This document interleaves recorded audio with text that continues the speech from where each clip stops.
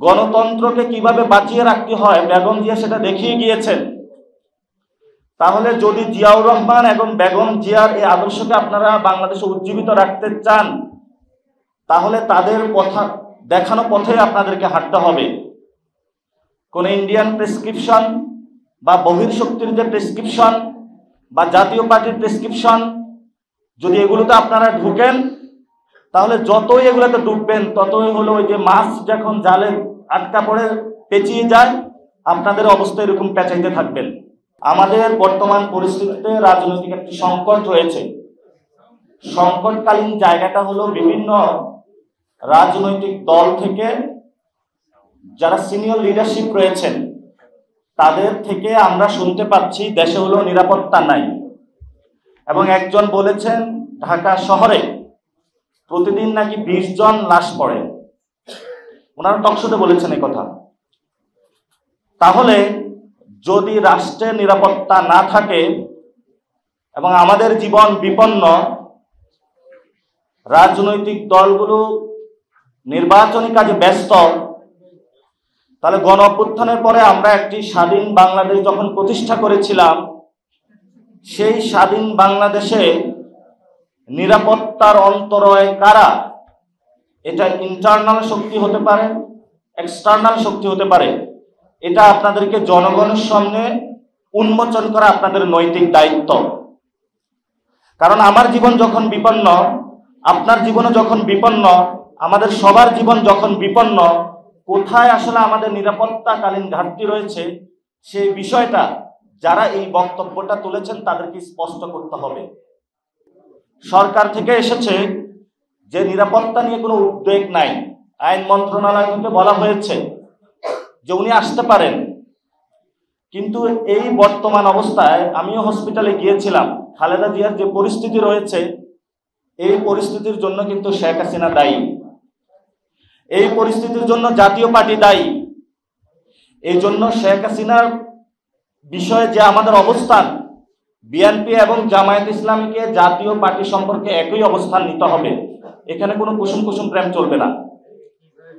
কারণ আজকে খালেদা জিয়ার যে পরিস্থিতি অথবা অন্যান্য রাজনৈতিক নেতৃবৃন্দের যে পরিস্থিতি, এটাতে শেখ হাসিনা আওয়ামী লীগ যেমন দায়ী, জাতীয় পার্টি সমভাবে দায়ী।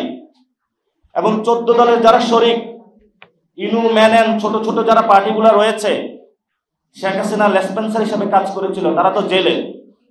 তাহলে জাতীয় পার্টি কেন এখনো জাতীয় পার্টির নেতৃবৃন্দ জেলে নয়? এটা আমরা সরকারের কাছে প্রশ্ন রাখতে চাই। সরকার এটা তখনই করতে পারবে যখন জাতীয় পার্টিকে কোনো একটি নির্দিষ্ট দল থেকে ব্যাকআপ বন্ধ করে দেওয়া হবে। আমরা সেই নির্দিষ্ট দলের কাছে আহ্বান রাখব, জাতীয় পার্টির পক্ষে ব্যাকআপ বন্ধ রাখুন।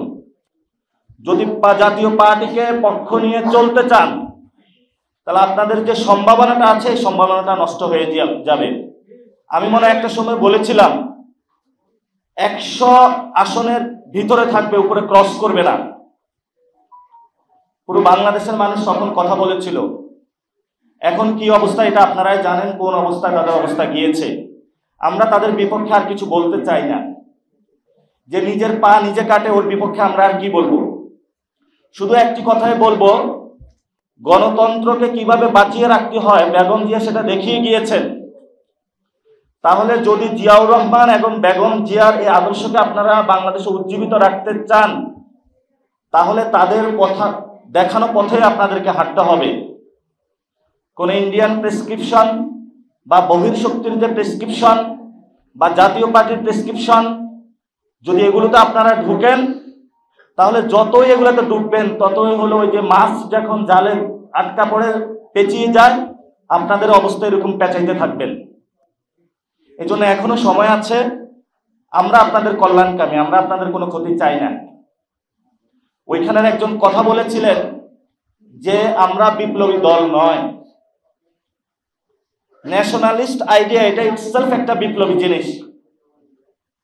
জাতীয়তাবাদী যে ধারণা বাংলাদেশে করা হয়েছিল, ভারত এই যে অখণ্ড ভারতের যে প্রবক্তা বিজেপি দিয়ে যাচ্ছে, সেখানে ন্যাশনালিস্ট বাংলাদেশি আইডিয়া নিয়ে টিকে থাকা, মান মর্যাদা নিয়ে সগৌরবে, এই আইডিয়াটা বিশ্বের অন্যতম একটা বিপ্লবী আইডিয়া।